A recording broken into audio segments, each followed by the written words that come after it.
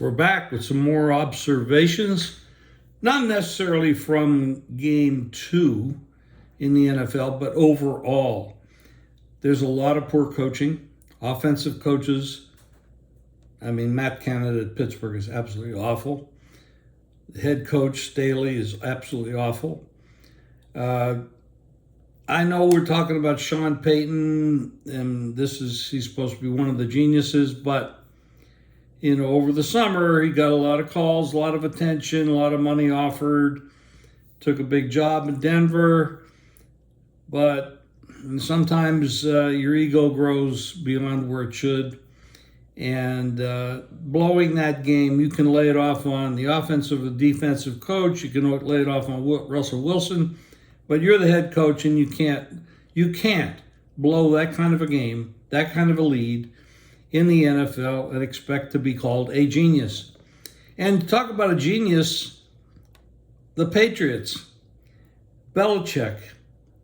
Without Tom Brady, his overall record in his career is under 500.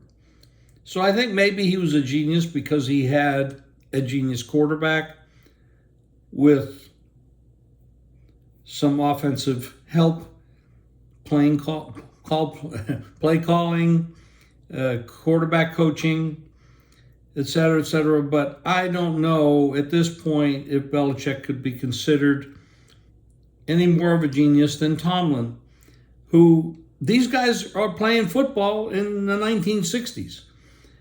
Now, there's nothing wrong with that brand of football, but in this league, with all the rules that protect the wide receivers from getting touched, with the rules of scoring, throwing, it's not 3 yards in a cloud of dust.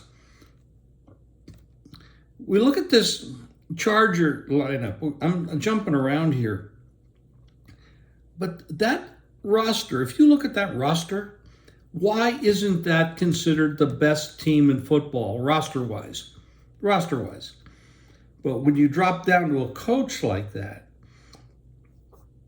they're not even close because they give away games, lose games, blow games.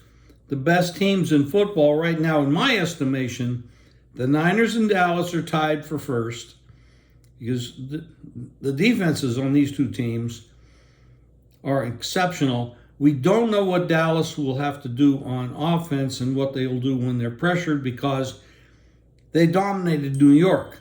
They beat the Giants and the Jets. Not saying much. The Niners, they're tough. We know they're tough. They probably would have won the Super Bowl last year had Purdy not gotten hurt. So they're my two top teams right now, with Miami right there with them. From the AFC, I mean, you got to look at that Miami team and say, hey, who's going to stop them? And their defense ain't bad. So a lot's going to happen this week when they're going to have to host Buffalo in Miami, where it's always hot, difficult. We'll talk to you soon.